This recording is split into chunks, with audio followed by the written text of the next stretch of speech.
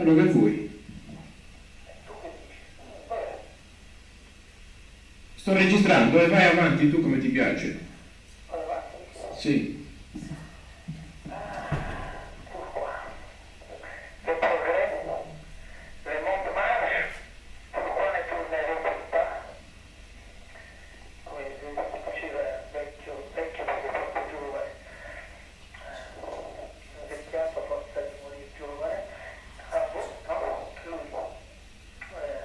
Enrico?